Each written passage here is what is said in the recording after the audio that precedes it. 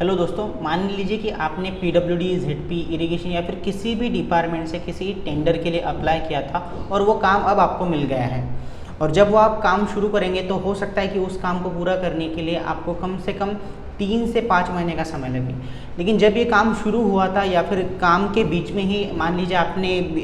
किसी government exam के लिए भी प्रिपरेशन की थी और वो एग्ज़ाम भी आपने क्रैक कर दी, उसके बाद अगर आपको गवर्नमेंट जॉब लग जाती है या फिर कोई भी अगर प्राइवेट जॉब भी अगर आपको लग जाती है, तो क्या उस केस में इस काम को आपको बीच में छोड़ देना चाहिए या फिर कौन से लीगल रास्ते हैं जिससे आपको आगे तकलीफ नहीं होगी। तो देखिए, सबसे पहली बात हम कुछ इस तरह से देखते हैं कि मान लीजिए अगर आपने टेंडर के लिए सिर्फ अप्लाई किया है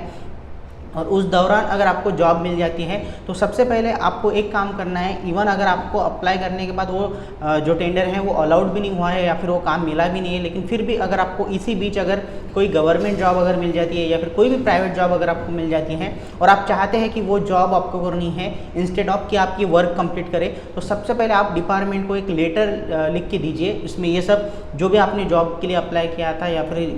गवर्नमेंट हो या फिर प्राइवेट, जो भी अपॉइंटमेंट लेटर आपको मिला है या फिर वॉट एवर कॉल लेटर आपको जो भी मिला है, वो आप सबमिट ज़ेरॉक्स सबमिट कीजिए साथ में। ताकि क्या होगा, डिपार्टमेंट, अब देखिए मैं ये नहीं कहूँगा कि डिपार्टमेंट को इस चीज़ को डिपार्टमेंट पॉजिटिवली लेंगी या फिर आपके फेवर में ही रिजल्ट देंगी, लेकिन क्या होता है ये बेहतर तरीका है। इससे अच्छा अगर आप कुछ इस तरह से निर्णय लें कि नहीं, मैं डिपार्टमेंट के बताऊंगा नहीं और बीच में ही अभी तक मुझे टेंडर भी नहीं मिला है, तो क्या होगा, तो इससे अच्छा इससे क्या होगा कि आपके जो भी इन केस अगर मान लीजिए आपका जो काम है उसके लिए आपको ब्लैक लिस्टेड किया जा सकता है। अब आप में से कई लोग कहेंगे कि मुझे तो अभी काम करना ही नहीं है, मुझे जॉब मिली है। लेकिन देखिए क्या होता है, अगर आपको किसी काम के लिए चुना गया था या फिर आप चुने जाने वाले थे, तो बेसिकली गवर्नमेंट का, डिपार्टमेंट का पैसा, एफर्ट्स, टाइम, सब चीज़ें आपके पीछे या फिर उस काम के पीछे लगी हुई थी। तो उस केस में अगर देखा जाए तो आप किसी का समय या फिर पैसा बर्बाद कर रहे हैं, और ये किसी और का नहीं है बल्कि जो प्योरली टैक्स पेयर हैं, हम जो इंडियंस हैं, हमारा ही पैसा इसमें बर्बाद हो रहा है। तो एक मैं कहूँगा कि एक मॉरल अगर आपकी थिंकिंग है तो इस हिसाब से आपको एक लेटर देना चाहिए अगर आपको काम नहीं मिला है लेकिन आपने अगर टेंडर के लिए अप्लाई किया है उस केस में। अब एक केस ऐसी है कि आपको इनिशियली काम मिला है, अभी आपने काम शुरू नहीं किया है, तो उस वक्त भी यही डिसीजन आपको लेना होगा कि एक लेटर आपको आपके डिपार्टमेंट को देना है। उस केस में क्या हो सकता है कि ठीक है, डिपार्टमेंट आपको कुछ दो चीज़ें बोल भी देगा, लेकिन एटलीस्ट डिपार्टमेंट ये सोच पाएगा कि अब ये काम ये व्यक्ति तो नहीं कर सकता। उन्हें पता है कि ये काम अगर इस व्यक्ति को दिया जाए तो इस काम में पॉजिटिव रिजल्ट नहीं आएंगे। तो उस वक्त व्हाटएवर जो अदर इंटरेस्टेड कॉन्ट्रैक्टर है, जिसे हम इमरजेंसी बेसिस पर कह सकते हैं, कि उन व्यक्ति को ये काम दिया जा सकता है डिपार्टमेंट की तरफ से। अब ये हर चीज़ ऑलमोस्ट लीगली हो रही है, तो इसमें आपके सभी चीज़ें आपके पॉजिटिवली फेवर में आ रही है, मैं ये कह सकता हूँ। लेकिन अब एक ऐसी सिचुएशन मैं आपको बताता हूँ कि मान लीजिए कि आपने काम आधा कंप्लीट कर दिया है या फिर बस अभी लास्ट स्टेज ही बाकी है। कुछ ऐसी चीज़ें हैं कि अब आपको काम को जो है बीच में छोड़ना है बिकॉज आपको गवर्नमेंट जॉब लगी है या फिर कोई भी प्राइवेट जॉब लगी है, तो उस केस में क्या करना होगा। अब देखिए, यहाँ पर मेरा सजेशन ये रहेगा कि इस केस में अगर आप सबसे पहले डिपार्टमेंट से रिक्वेस्ट कीजिए कि ऐसी ऐसी सिचुएशन है और ये काम मैं नहीं कर सकता, तो क्या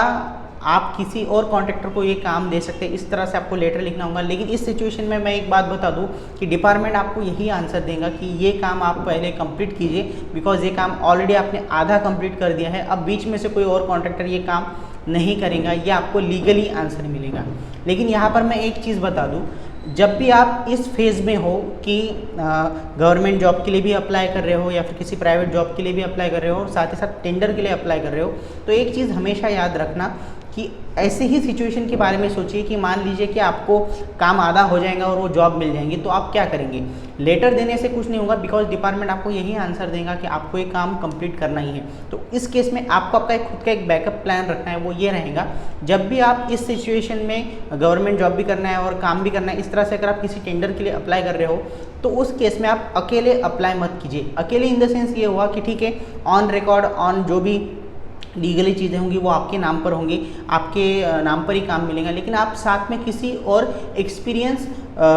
कॉन्ट्रैक्टर को भी साथ में लीजिए, ताकि क्या होगा, इन केस अगर बीच में अगर ये आपको काम छोड़ना पड़े तो उस केस में ये काम आप उन्हें दे सकते हो और वो आधा बचा जो भी काम है वो कंप्लीट कर देंगे। हालांकि एक चीज़ मैं बता दूं कि ये अगर देखा जाए तो डिपार्टमेंट के रूल्स के खिलाफ है और इलीगल है, और मैं ये चीज़ प्रमोट नहीं कर रहा, बस मैं एक सिचुएशन बता रहा हूँ जिसमें हमने सबसे पहले यही निर्णय लिया था कि हम डिपार्टमेंट को बताएंगे। लेकिन अगर डिपार्टमेंट आपको यह आंसर देता है कि आपको ये काम कंप्लीट करना है और आपको पता है कि जो गवर्नमेंट जॉब मुझे अब मिला है ये चांस बार बार नहीं आएगा, अगर मैं मेरे डॉक्यूमेंट वेरिफिकेशन के लिए उस डिपार्टमेंट में नहीं जाता हूँ या फिर जो भी वेरिफिकेशन टाइम है उसमें अगर नहीं जाता हूँ तो शायद वो गवर्नमेंट जॉब मेरे हाथ से निकल जाए। अगर इस तरह की अगर सिचुएशन बनती है तो उस केस में आपके पास कोई ऐसा कॉन्ट्रैक्टर होना चाहिए कि जो आपके नाम पर काम करे, और इन केस अगर ये चीज़ डिपार्टमेंट की नज़रों में आ भी जाती है तो आप उन्हें इस चीज़ का मैं ये नहीं कहूँगा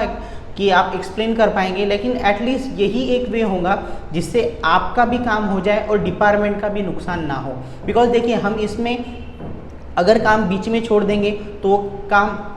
एज इट इज़ रहेगा, जिसमें 101% दोनों का भी नुकसान होगा, डिपार्टमेंट का भी नुकसान होगा और आपका भी। लेकिन अगर आप डिपार्टमेंट को बताकर ये चीज़ अगर कर रहे हैं कि किसी और कॉन्ट्रैक्टर को वो काम दे रहे हैं जो कि ऑन रिकॉर्ड नहीं रहेगा, मतलब सब चीज़ें आपके नाम पर होंगी, तो उस केस में क्या होगा कि एटलीस्ट वो काम तो कंप्लीट होगा, क्योंकि ये काम सिर्फ मतलब ये जो चीज़ है सिर्फ एक काम के रिलेटेड ही है। उसके बाद तो एक नॉर्मल सी चीज़ है, अगर आपको गवर्नमेंट जॉब लग रही है या फिर कोई भी अगर आप जॉब के लिए अप्लाई कर रहे थे वो अगर आपको मिल गई है तो उसके बाद आप किसी और टेंडर को तो अप्लाई नहीं करेंगे या फिर आपको करना भी नहीं चाहिए, ठीक है। तो एक काम के लिए अगर आप ये रिस्क ले रहे हो, अगर आप डिपार्टमेंट को बताकर एक चीज़ करोगे तो यही एक रास्ता रहेगा जिससे दोनों का भी नुकसान न होगा। तो आई होप कि ये चीज़ अब आपको पता चल चुकी है कि अगर आप किसी टेंडर को अप्लाई करते हैं और बीच में अगर आपको नौकरी लग जाए तो उस केस में इस सिचुएशन से आपको पॉजिटिवली सेफली बाहर कैसे निकलना है। Thank you so much for watching this video.